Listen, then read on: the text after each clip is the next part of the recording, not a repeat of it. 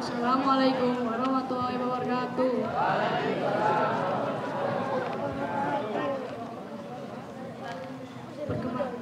Perkenalkan, nama saya Hafid Abdul Aziz Zawali. Saya berperan sebagai pembaca cerita. Perkenalkan, nama saya Yusuf Nadul Asrafi. Saya berperan sebagai Putri Ijo. Monster. Perkenalkan, nama saya Kansa Atifah Ramania. Saya menjadi semangka.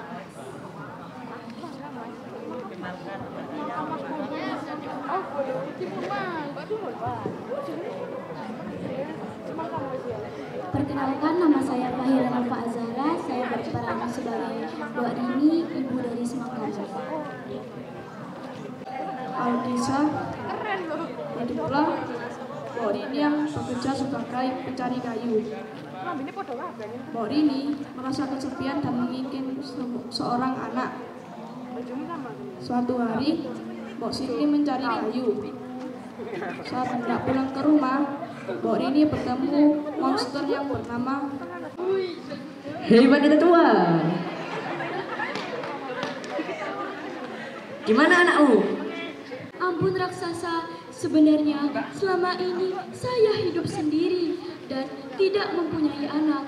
Tolong, jangan sakiti saya. Akan kasih kau biji semangka dan tanam lainnya selama 2 minggu. Tapi ada satu syarat. Berikan anak itu kepadaku saat dia dewasa. Baiklah, akan saya lakukan. Mbak Rini pun pulang ke rumahnya dan segera menanam biji mentimun itu. 2 minggu pun berlalu. Biji mentimun yang ditanam Mbak Siti pun berbuah. Sudah 2 minggu, seperti perkataan raksasa, buah semangka darinya sudah berbuah. Di antara begitu banyak timun, ada timun yang berwarna emas. Mbak Rini pun penasaran dan memetiknya, lalu dibawa masuk oleh Mbak Rini ke rumahnya. Lalu Mbak Rini meletakkan timun itu ke atas meja. Baiklah, akan aku buka semangka emas ini.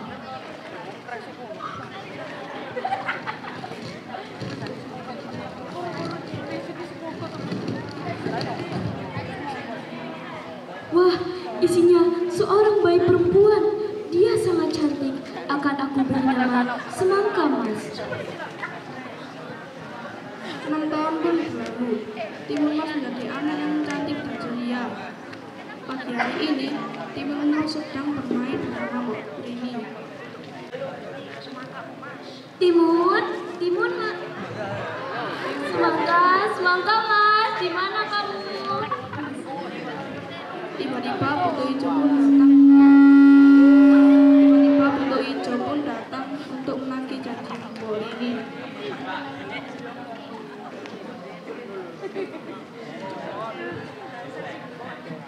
Di mana biji semangka yang kau berikan kepadamu? Ampun raksasa, semangka emas belum siap saya berikan kepada Anda. Datanglah besok, akan saya serahkan semangka emas kepadamu. Baiklah, akan begitu. Mbak Rini menunggu sampai pagi untuk bersiap menyerahkan anaknya. Pagi hari pun tiba. Mbak Rini menyiapkan satu benda yang sangat sakti.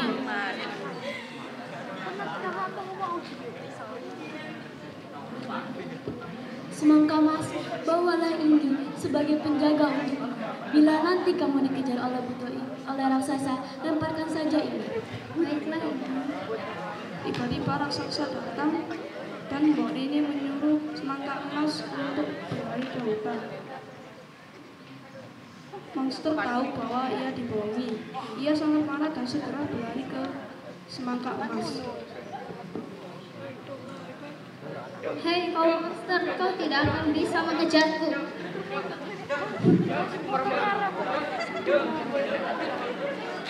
Mereka pun berlari kembali. Monster terus mengejar semangka emas, tetapi semangka emas melemparkan garam yang menjadi lautan.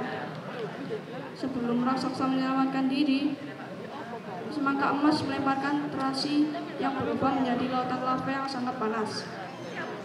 Raksasa pun tidak sanggup bertahan, lalu dia menghilang untuk selama-lamanya. Ibu, aku sudah pulang. Aku sudah mengalahkan monster itu. Syukurlah anakku. Mereka pun hidup bahagia selama-lamanya. Cerita berakhir sampai sini. Wassalamualaikum warahmatullahi wabarakatuh. Assalamualaikum warahmatullahi wabarakatuh. Perkenalkan, kami dari kelompok 4 dari 7A. Kami akan menampilkan drama yang berjudul Stop Bullying. Perkenalkan, nama saya Aska Adia Ramadhani. Perkenalkan, nama saya Talita Hafizah Masatmojo. Perkenalkan, nama saya Asia Aldiansyah. Perkenalkan, nama saya Muhammad Akmal Kurniawan. Perkenalkan, nama saya Alvino Jevan Pratama. Selamat menonton drama kami. Terdapat sebuah geng di salah satu SMP swasta yang terletak tidak jauh dari area kota. Mereka tergolong cukup familiar di sekolahnya. Anggota geng tersebut selalu mementingkan gaya daripada pendidikannya. Kala itu hari masih pagi. Aska dan Vino merupakan salah satu dari anggota geng tersebut.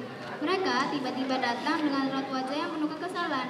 Di sekolah, Aska dan Vino berjalan masuk sekolah dengan penampilan yang sangat sengong. Aska dan Vino datang ke kelas. Di kelas, Si Cupu dateng nih. Ngapain ngurusin si cupu? Mending ngumpulin tugas. Emang ada tugas ya? Kok aku gak tahu sih? Emangnya lu gak tahu ya? Emang enggak, kan aku manusia bukan tahu. tiba-tiba Abil lewat di dekat mereka. Kayaknya si Cupu ngerjain tugas tuh. Kerjain yuk. Ya, bagus tuh. Lalu mereka berdua menghampiri Abil. Hei Cupu, sini kamu mau kemana? Sini tugas kamu. Nama aku bukan Cupu, tapi Abil. Penampilan lu pantas dipanggil cupu. Dasar Cupu.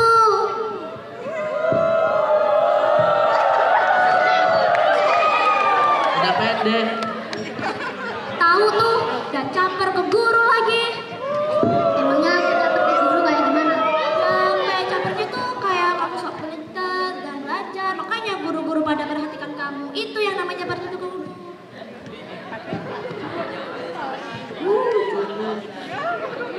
Saat itu Abil tidak merespon apa yang dikatakan oleh mereka.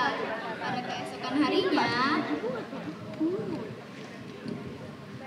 Hari ini ada pramuka nggak ya?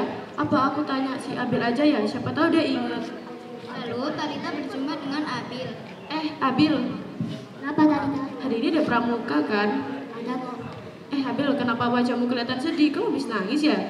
Enggak, aku habis marah. Ya enggak lah, pakai anak.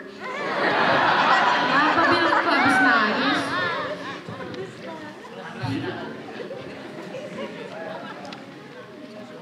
Aku capek dibully terus sama gengnya Aska dan Vino. Dibulinya kayak gimana? Kayak dibilangin takut ibu dan cupu. Kenapa kamu gak ngelawan? Aku takutnya dia semakin membuli aku. Kalau misalnya kamu semakin takut, bisa jadi mereka semakin membuli kamu. Biar nanti aku nasihatin mereka. Di jam istirahat selanjutnya, Talita bertemu dengan mereka berdua.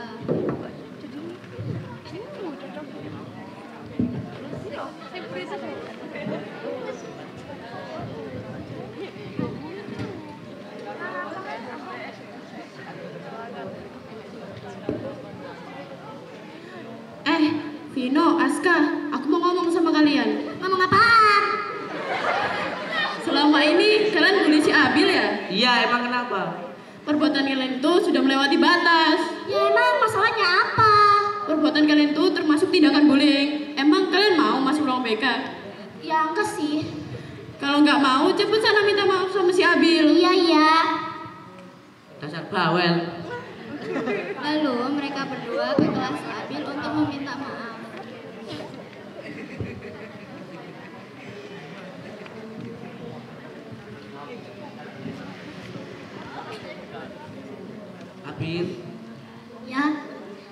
maaf ya atas perbuatan kami sama ini. Aku juga Abil, aku minta maaf ya. Ya, lain kali jangan gitu lagi ya. Makasih ya. Aku sama Vino akan berjanji tidak akan mengulangi lagi. Ya, akhirnya mereka bertiga menjadi teman dekat yang akur. Pesan moral yang bisa diambil adalah pentingnya untuk saling menghormati dan menghargai satu sama lain.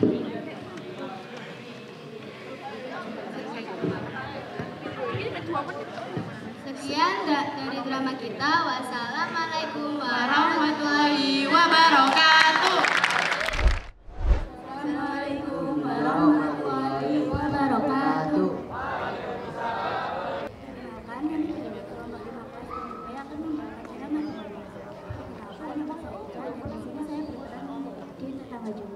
Perkenalkan, nama saya Zahra dan saya berperan sebagai Pak Siti.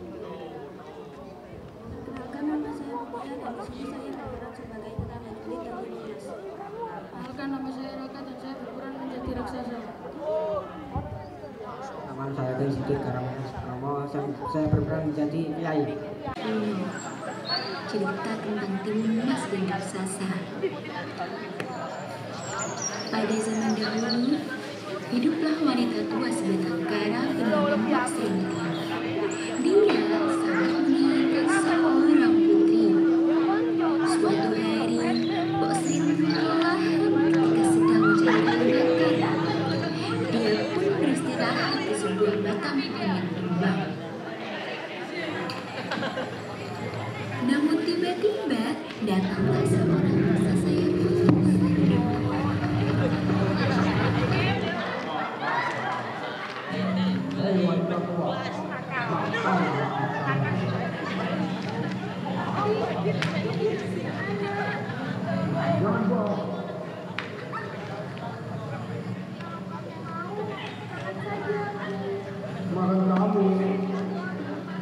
Kemudian, raksasa itu memberikan sebuah biji timun kepada Mbok Srintil. Konon, jika sudah tumbuh, timun itu akan berwarna emas. Jika sudah masak di dalam timun emas itu akan muncul seorang putri. Rawatlah dia dan beri makan agar ia tumbuh sehat. Tak dia beri yang menagih. Mbok Srintil pun cepat-cepat pulang ke rumah dan melakukan apa yang diperintahkan oleh raksasa tersebut, yaitu menanam biji-biji timun itu. Waktu berlalu begitu cepat. Kini timun sudah masak dan sudah waktunya untuk dipanen. Betapa terkejut dan harunya Mbok Srintil ketika mendapati seorang putri yang memiliki paras cantik dari dalam timun emas itu. Mbok Srintil langsung menamainya timun emas.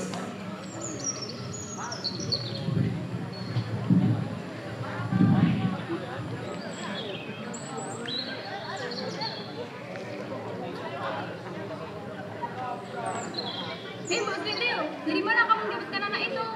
Tidak mungkin kamu melahirkannya, kami saat ini tidak punya. Jangan-jangan saya menjual kita. Harta seperti ini, mana bisa? Bukan saja, tidak ada gunanya untuk orang lain. Iya ya, yuk. 6 tahun kemudian, raksasa datang menagih janjinya.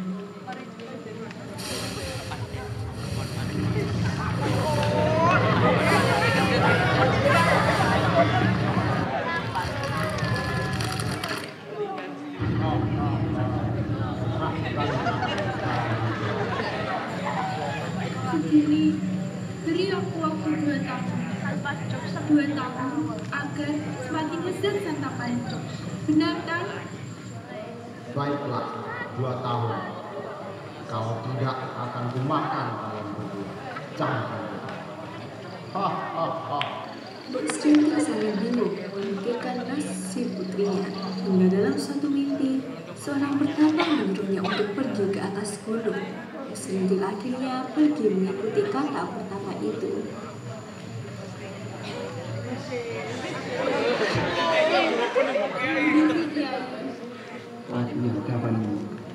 Maaf Kiai, maksud kedatangan saya kemari ingin meminta bantuan dari Kiai. Bantuan apa ini? Begini Kiai, saya mempunyai seorang anak bernama Mas, dan anak tersebut akan dijadikan santapan raksasa besar. Saya tidak ingin anak saya mati menjadi santapan raksasa. Saya sangat sayang pada ibu-ibu Kiai. Saya harap Kiai bisa membantu saya. Setelah ini, aku akan membantu. Tunggu sebentar.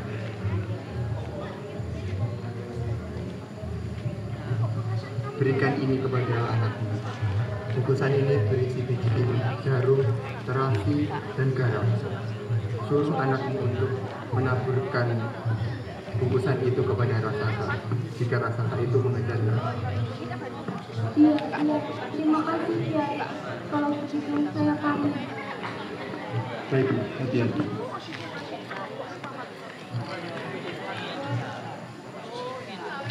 Setelah Mbok Sintin memberikan bungkusan itu kepada anaknya, Timun Mas yang tidak sengaja bertemu raksasa di hutan, lantas mencoba menyelamatkan diri dengan cara menghina raksasa dengan kantong yang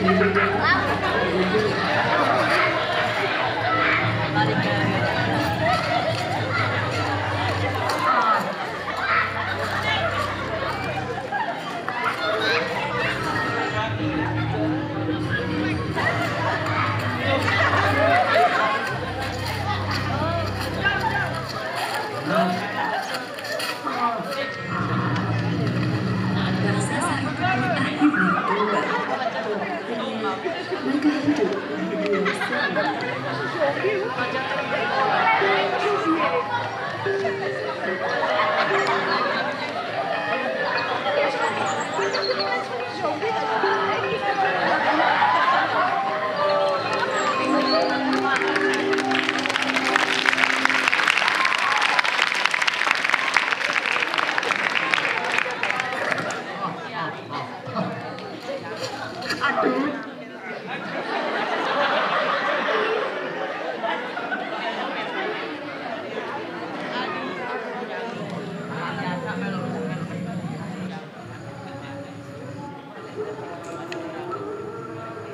Yo, 1, 2, 3 wes. Proses krono.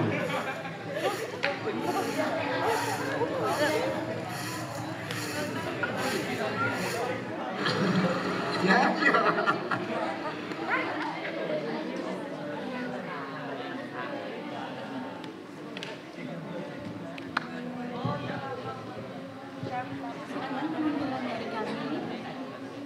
Terima kasih. Assalamualaikum warahmatullahi wabarakatuh. Assalamualaikum warahmatullahi wabarakatuh. Kami dari kelas 7B kelompok 4 akan mempertunjukkan senam anak Indonesia hebat. Perkenalkan, saya Sabina Diana Putri. Perkenalkan, nama saya Muhammad Haji Maskur. Perkenalkan, nama saya Ali Cijaningru.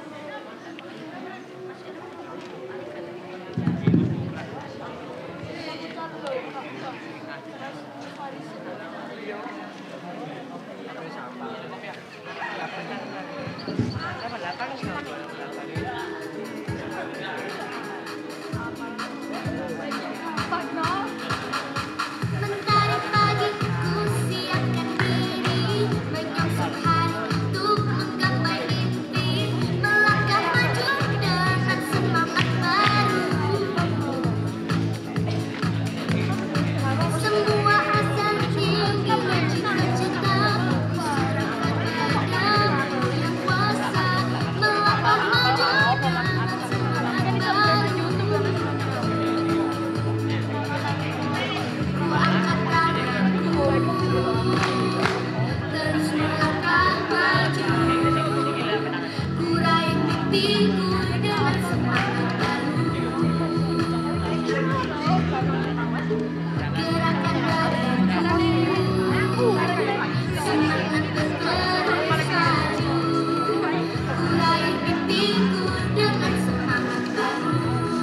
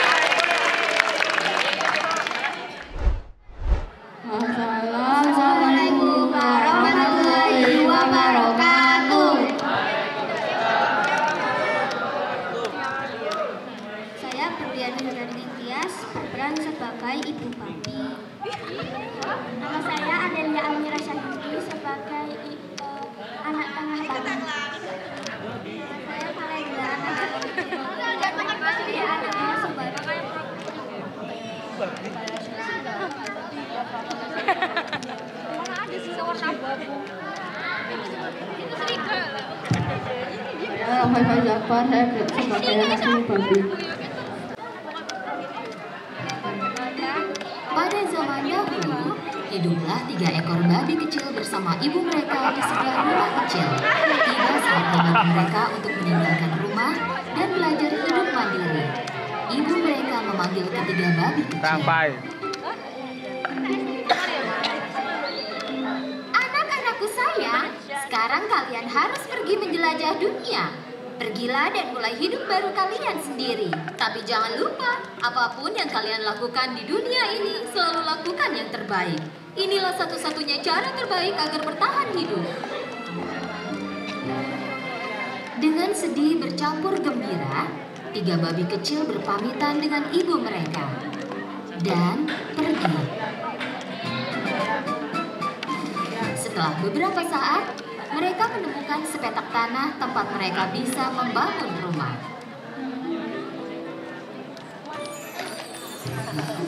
Babi yang bungsu bersikukuh ingin membangun rumahnya dari jerami.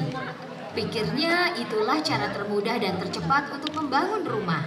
Jadi dia punya banyak waktu untuk bermain. Babi yang bungsu menyelesaikan rumahnya dalam sehari. Dia berteriak kepada babi-babi lainnya, "Hei kalian, aku sudah selesai." Babi yang sulung melihat rumah itu. Oke, tapi rumah ini tidak terlihat kokoh sama sekali. Bagaimana kita bisa melindungi diri dari serigala? Babi yang bungsu tidak mempedulikan perkataan kakaknya. "Jangan khawatir, tak akan terjadi apa-apa." Oke, jangan bilang aku tak memperingatkanmu ya. Babi yang tengah memutuskan untuk membangun rumahnya dari kayu.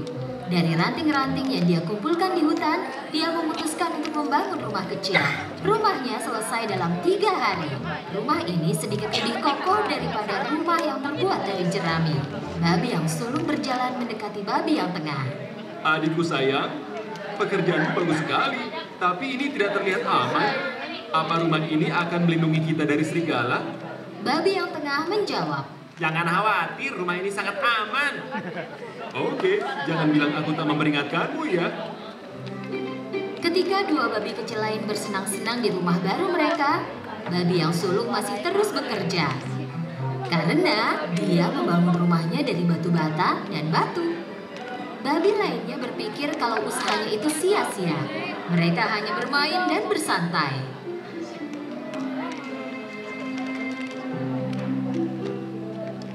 "Kenapa kau repot begini jika kau bisa menyelesaikannya dengan cepat seperti kami?"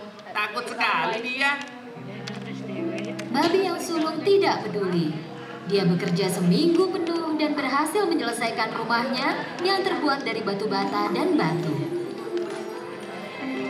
Keesokan harinya, seekor serigala lapar tiba di dekat rumah mereka. Serigala itu berdiri di depan rumah yang terbuat dari jerami. Babi kecil sedang beristirahat di rumahnya yang terbuat dari jerami. Serigala mengetuk pintu.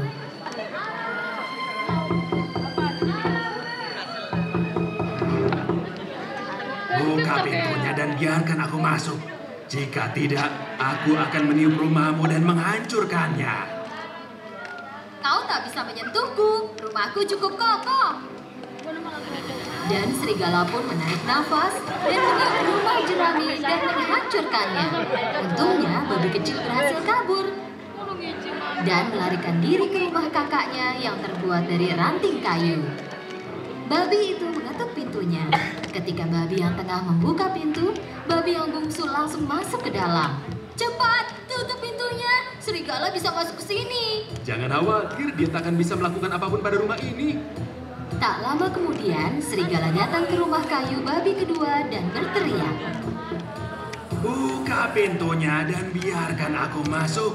Jika tidak, aku akan meniup rumahmu dan menghancurkannya." "Kau tak bisa menghancurkan rumahku." Dan serigala pun menarik nafas, meniupkan nafasnya, dan menghancurkan rumah kayu itu. Kedua babi kecil pun berlari menuju rumah babi ketiga dan nyaris tertangkap serigala. "Serigala menuju kemari, apa yang akan kita lakukan?" Babi yang sulung menjawab dengan sangat yakin, "Jangan khawatir, serigala tak akan bisa masuk ke rumah ini." Tak lama kemudian, serigala lapar datang ke rumah batu babi sulung dan berteriak kepada ketiga babi, "Buka pintunya dan biarkan aku masuk.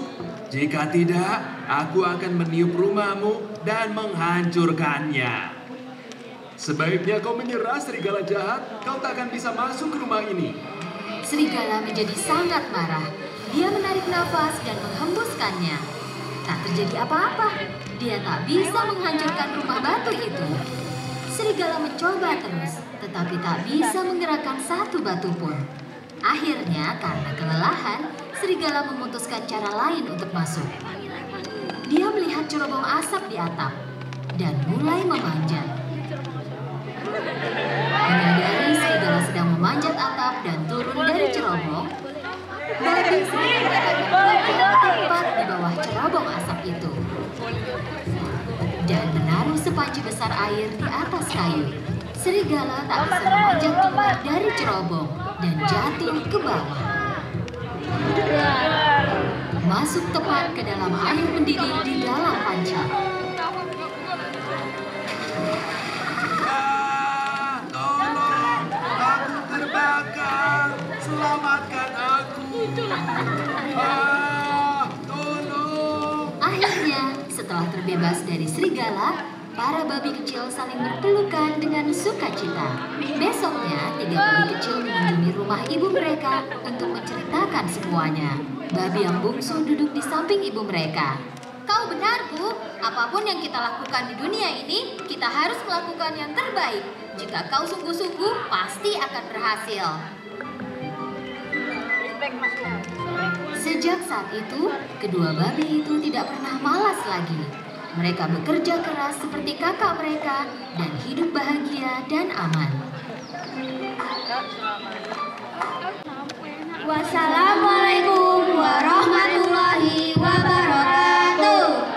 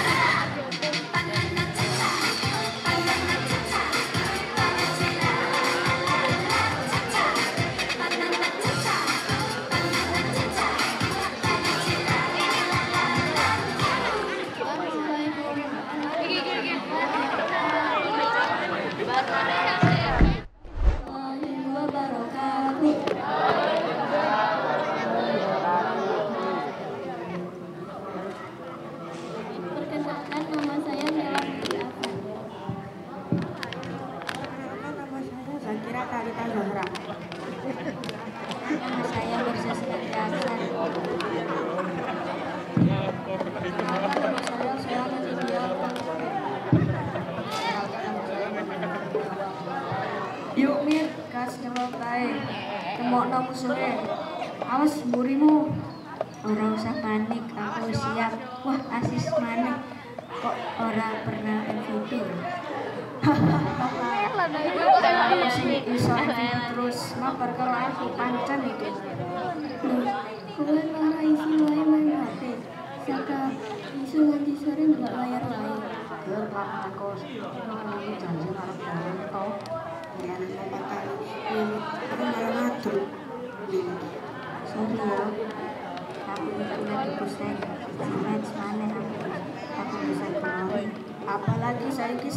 lancar, sinyal full. Jarang-jarang ngono. Dolanan game online kumpul lho.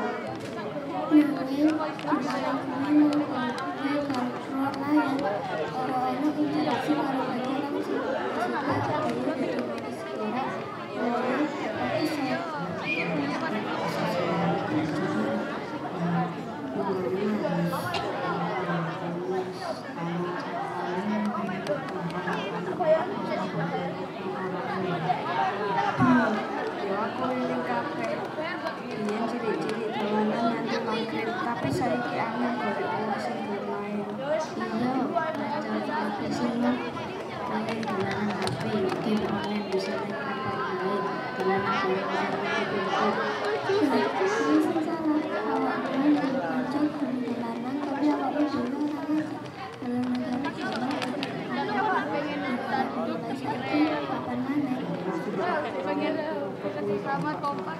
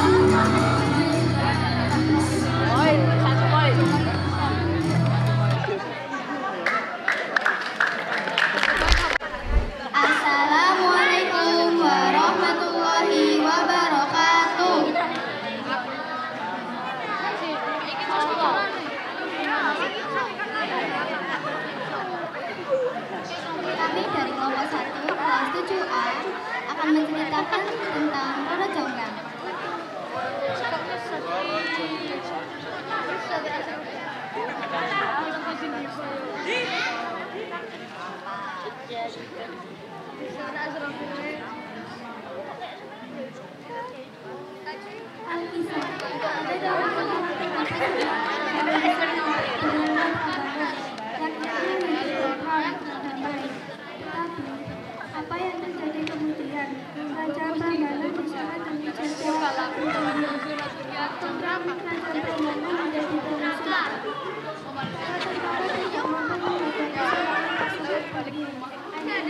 Kerajaan Prambanan dikuasai oleh Bumi dan dipimpin oleh Bangku Bondowoso. Lalu Bondowoso seorang yang suka memiliki dan menjadi siapapun yang tidak menuruti perintah akan dijatuhi hukuman berat. Kemudian Bangku Bondowoso pada akhirnya. Lalu Bondowoso adalah seorang yang sakti dan mempunyai pasukan jin. Beberapa lama berkuasa, Bangku Bondowoso suka menemukan gerak-gerik orang juga. Putri Raja Prambanan yang telah cerita. Cantiknya putri itu. Aku ingin dia menjadi permaisuriku. Akhir Bondowoso. Esok harinya, Bondowoso mendekati. Kamu dari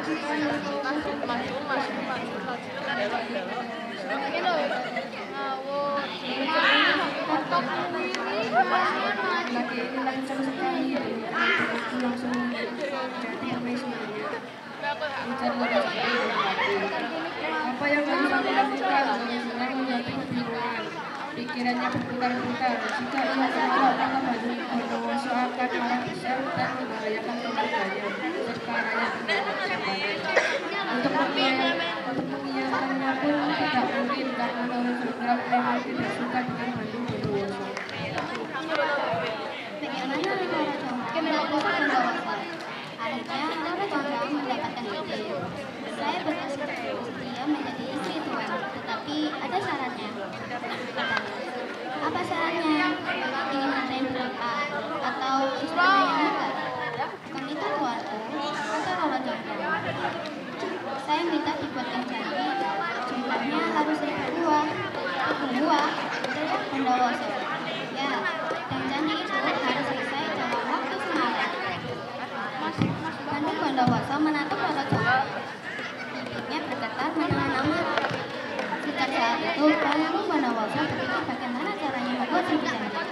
Akhirnya, ia bertanya kepada Bandung Bondowoso. Saya percaya kamu bisa membuat janji dengan bantuan jin, kata penasihat. Ya, benar juga usulannya. Siapkan peralatannya, Bu Putri.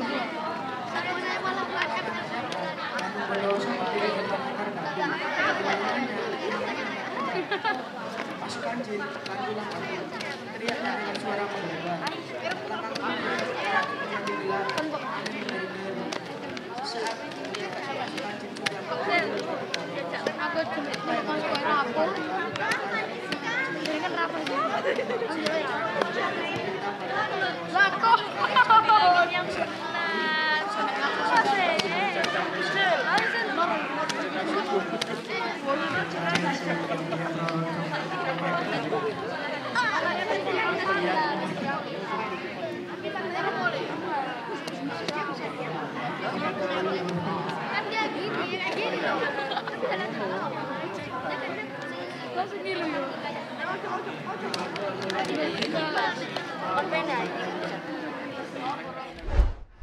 Assalamualaikum warahmatullahi wabarakatuh. Waalaikumsalam warahmatullahi wabarakatuh.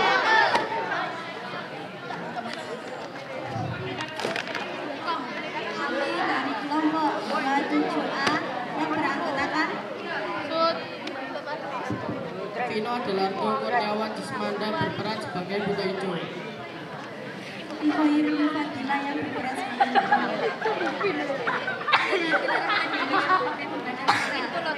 Rahayu Putra Koja sebagai Timun Mas. Zaki Santosa sebagai petapa. Alkisah. Seorang yang pernah mabok karena kesepian. Dia sangat mengharapkan anak. Sejak tadi, terus berdoa ketika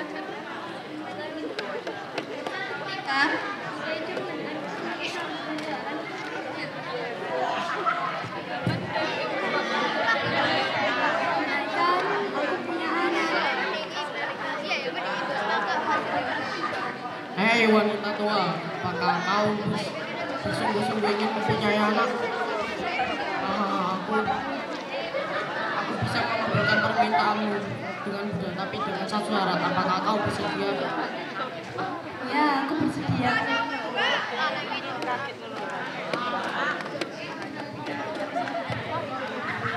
Peliharalah anak yang diberikan padamu nanti. Beri ia makan yang baik supaya ia gemuk. Aku akan menjemputnya saat ia berumur 6 tahun. Raksasa itu pun memberinya sepotong biji mentimun di tanah. Barang pun kemudian menanam biji mentimun tersebut. Dalam waktu singkat, biji-biji mentimun itu tumbuh dan beberapa ada yang siap panen. Saat hendak memanen, Barang pun terheran-heran dengan adanya timun berwarna emas. Tanpa pikir panjang, ia mengambil dan memotong timun emas tersebut.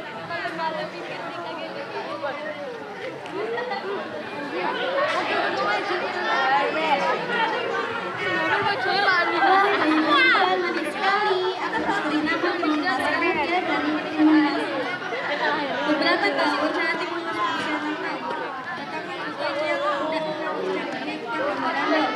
Tak kehilangan Marando pun mencari cara untuk menyelamatkan timun mas agar tidak jatuh.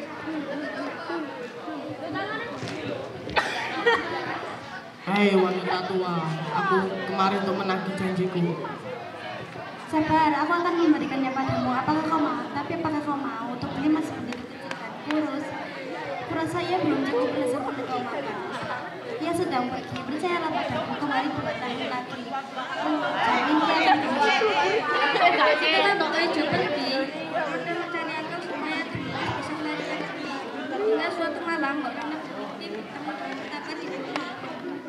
Petaka tersebut meminta agar Timun Mas menemuinya di gunung. Setelah memberitahu Timun Mas pun terseduh untuk menemui petaka tersebut. Suruhlah Timun Mas menemui saya. Siap, akan kusampaikan padanya.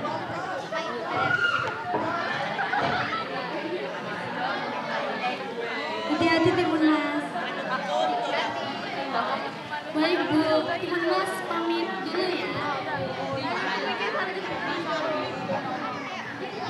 Setelah berhari-hari mendarat, Timun Mas bertemu